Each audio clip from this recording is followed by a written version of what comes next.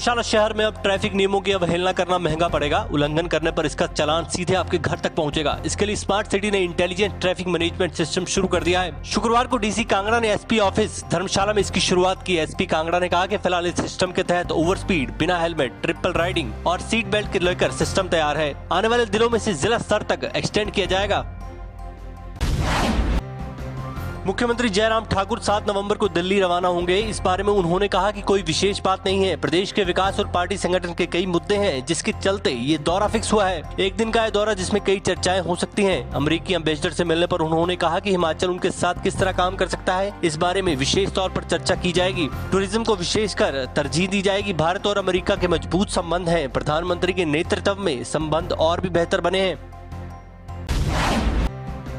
2019 में हुई investor meet पर पूर्व मंत्री जीएस बाली ने सरकार को निशाने पर लिया। जीएस बाली ने कहा कि पिछले साल बड़ी बड़ी घोषणाएं और डींगे हाँकी गई थी। वास्तव में किसी भी इन्वेस्टमेंट का कोई पता नहीं लगा। अभी तक कितने इन्वेस्टमेंट पर काम चल रहा है और कितना रोजगार मिला है, सरकार इसकी लिस्ट जारी करे। सरकार का नारा शिखर पर हिमाचल जमीन से गायब हो गया है। केवल मोबाइल ऐप और पोस्टर तक ही ये नारा सीमित रह गया है। सरकार सीमेंट के दाम बढ़ाना, बिजली मीटर महंगे लगाना जैसे कई जन विरोधी फैसलों को शिखर की ओर ले जा रही है। सरकार फोटोबाजी से बाहर आकर प्रदेश हित के लिए काम करे।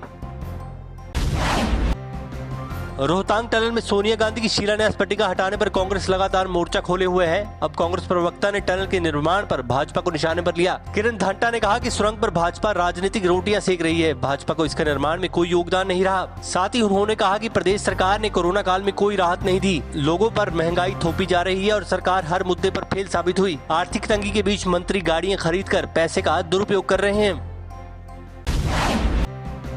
नर्सिंग छात्रों की मांगों को लेकर एसएफआई ने शिक्षा निदेशालय के बाहर धरना दिया। नर्सिंग की छात्राओं ने कहा कि पिछले 8 महीनों से स्टडी सही से नहीं हो पा रही। ना तो परीक्षाएं हुई हैं और ना ही पढ़ाई पूरी हुई है। बावजूद इसके संस्थान लगातार पूरी फीस वसूलने पर लगा है। 8 महीनों से हॉस्टल बंद है और इसकी चार्ज भी मांगा जा रहा है। ऐसे में हम किसे अपना दुख सुनाएं। वहीं एसएफआई ने नर्सिंग के छात्रों को प्रमोट करने की मांग की है। राजधानी में कोरोना जागरूकता अभियान के लिए मोबाइल वैन संचालित की गई। डीसी शिमला आदित्य नेगी ने जागरूकता वैन को हरी झंडी दिखाकर रवाना किया। ये वैन जिला भर में कोरोना से बचने के लिए जागरूक करेगी। डीसी शिमला ने कहा कि ये जागरूकता वैन 6 नवंबर से 10 नवंबर तक चलेगी। इस अभियान के माध्यम से लोगों को कोरोना से बचने के लिए जागरूक किया जाएगा।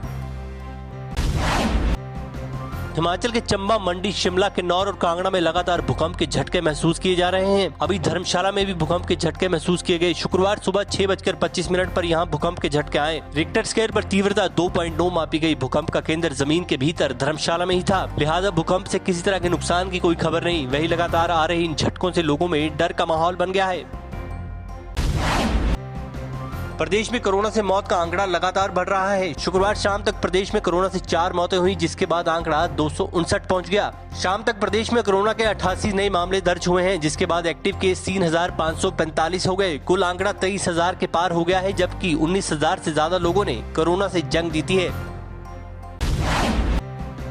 पत्रकारों पर दर्ज किए जा रहे मामलों पर प्रेस क्लब शिमला ने ज्ञापन सौंपा। पीटर हॉफ व पत्रकार मुख्यमंत्री से मिले और झूठे मामलों को तुरंत प्रभाव से वापस लेने की मांग उठाई। ज्ञापन में कहा गया कि ऐसे मामलों में पत्रकारों की छवि धूमिल हो रही है और उन्हें मानसिक तौर पर परेशानी आ रही है। मुख्यमंत्री ने आश्वासन दिया कि फर्जी मामलों को चरणबद्ध तरीके से वापस लिया जाएगा। वहीं हमीरपुर के वन विभाग अग्यार बीट के रेंज ऑफिसर रिश्वत लेते रंगे हाथ पकड़े गए। विजिलेंस डीएसपी ने मामले की पुष्टि की है। चलेट गांव में ड्राइविंग करते वक्त एक ट्रैक्टर चालक को अचानक दौरा पड़ गया। मौके पर ट्रैक्टर अनियंत्रित होकर एक बाइक से जा टकराया। सिलसिला यहीं नहीं थमा और बाद में ट्रैक्टर दुकान की दीवार से जा टकराया। हादसे में ड्राइवर को हल्की चोटें आई हैं और बाकी किसी तरह के नुकसान की कोई खबर नहीं। मौके पर पुलिस पहुंची और दोनों पक्षों के बीच समझौता करवाया गया।